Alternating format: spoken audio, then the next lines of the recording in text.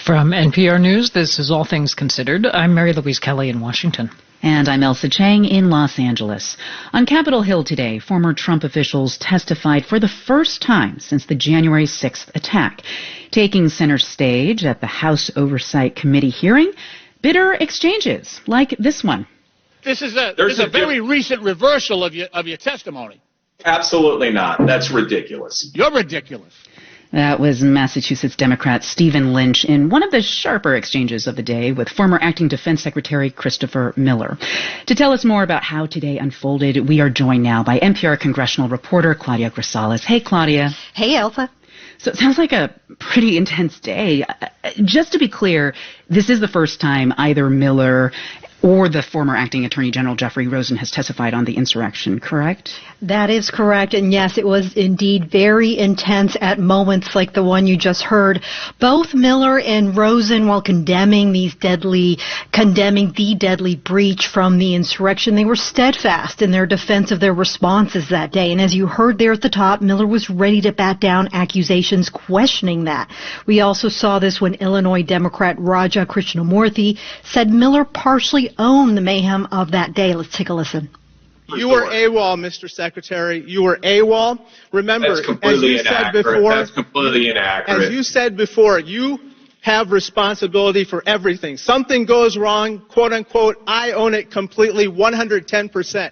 And as we heard there, Miller rejected that claim, highlighting the military's response in another tense exchange where he refused California Democrat Ro Khanna's demand that Miller apologize.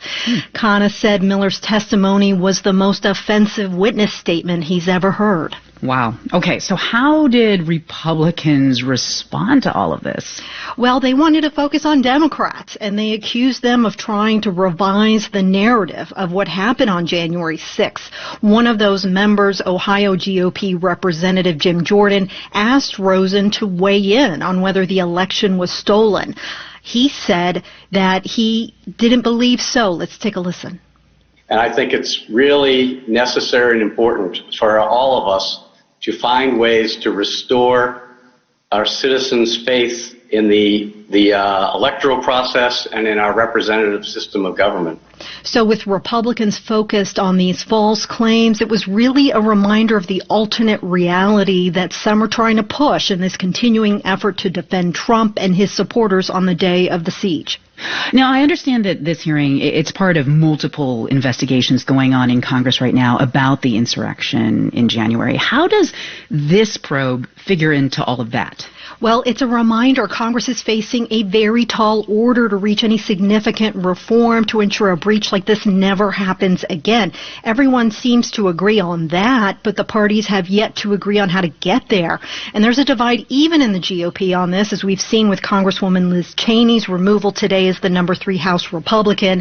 She's been an outspoken critic of Trump, and she's being punished, she says, for speaking the truth about Trump's role in inciting the riot. And so House Oversight Committee Chairwoman Carolyn Maloney evoked her during the hearing. Let's take a listen. As Congresswoman Cheney said last night, and I quote, "Remaining silent and ignoring the lie emboldens the liar." So, for example, the parties have been stuck on trying to put together a deal on a 9/11-style commission to examine the insurrection, as a large number of Republicans are saying they want to expand the scope to include the racial justice protests from last year. Cheney herself has said the panel should just focus on January 6th. Okay, so what comes next for these Capitol security proposals? So Democrats want to barrel forward regardless. They want to put together a commission. They say that the top Democrat and Republican on House Homeland Security are trying to reach a deal, and they're going to try to roll out a supplemental security funding bill as early as next week. But it will be a real test of this partisan divide. Yeah.